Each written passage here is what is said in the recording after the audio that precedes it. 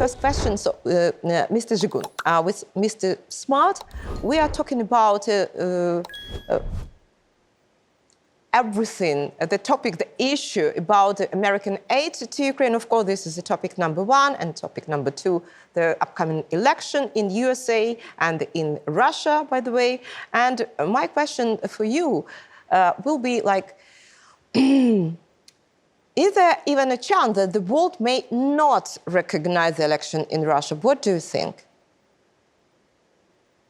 I think that actually one of the main chances after these elections, because countries, democratic countries in the world, they know that there are no elections in Russia. It's even not re-election, it's reappointment of Putin as the president of Russia. And most probably that democratic countries like the US or European countries will say that Putin is illegal leader of Russia, where is no democratic movements, where no other competitors and other candidates for the presidency. And we know that even taking into account that there are some special new territories of Russia, kind of Khersonska Oblast, Zaporizhia, and the other regions of Ukraine, they're going to have these elections even on the occupied Ukrainian territories. And it's one more reason why civilized world should not recognize these elections and recognize Putin as a new president of Russia. And we basically can say that there are no cases in the world, in democratic world, where one person can lead the country for more than 20 years. And that's actually what happens in Russia and Belarus. And I think that it obviously shows that there are no free elections and there are not elections at all. That's just reappointments. Yeah, reappointment, you are right. So everyone, by the way, everyone predict what will happen with American aid if Trump, for example, Trump will become the next president, or any Republicans, but there are no forecasts.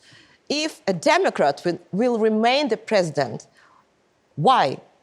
Why these discussions never raised? So first, please, Mr. Smart, well, Joe Biden's the candidate for the Democrats, so I don't think it'll change if he's elected. It'll probably be the same as it is now. Now, it is possible that he chooses someone else, which is what I think you're referring to, right before the elections. He's going to go through the primaries. He will win them. But there is a chance that he could choose somebody else to be the candidate for the Democratic Party. He could say it's because of his age. Who it can be, could be. Gavin Newsom from California, somebody who they talk about a lot. But there's several different options. But the fact is it would probably be somebody that's younger generation for sure than Biden is. Maybe somebody that's probably further to the left than Biden is in order to appease their base, which is sort of factured at this point. But overall, I think that there is a very good chance that whoever were to come to power would still be very supportive of Ukraine. Yeah. Mr. Dzhyhun, are you with us? Yes, I'm here. Yeah.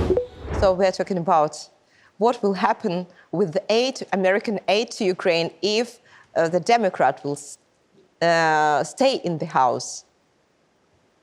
Actually, I think that it will depend on the situation. Will it be maybe increase of this aid?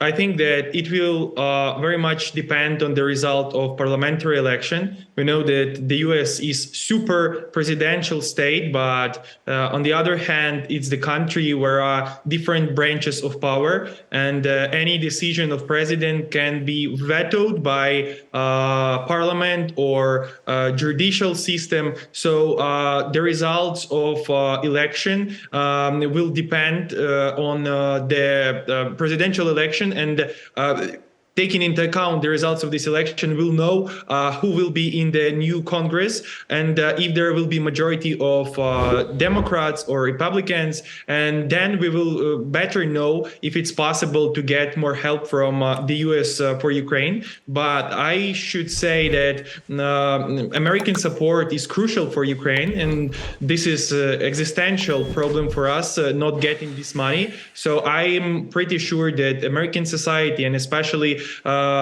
political sphere, political leaders of the US, they know that we depend very much on their support, and even in context of Ukrainian budget, not only on the battlefield, because these days we receive information from Ukrainian parliament, from Ukrainian government, and Ukrainian officials say that if we don't get this support from the US, that will mean that beginning of the next year, we will not have enough money to pay to our doctors, to our teachers, and to other people who work for Ukrainian state. And that's really a tough situation. But at the same time, I hope that American politicians will make a good decision regarding Ukrainian support and support of other countries as well. I'd like to ask Mr. Smart, who else but Nikki Haley can compete with Trump? I mean, I like Nikki Haley very much. I think she's a great candidate, and she's absolutely right in her views about Russia. Actually, in foreign policy as a whole, I think she's right on a lot of issues. And she's very smart, she's very well qualified, and she's a great candidate. That being said, I think she does face a very uphill battle. In the polling, she has about 10% support, 11% support, whereas Donald Trump has 61% support. When you're losing by 50 points in an election, it's not even close. Keep in mind, the primaries begin on January 15th. Yeah, we're only about a month away. So when you're, I guess, 5 weeks. So if you're 5 weeks away, and we have Christmas coming and New Year's coming where nothing is happening, so there's really less than 5 weeks. There's perhaps 3 weeks left to really try to make an impact with Americans. She's going to have a very hard time to gain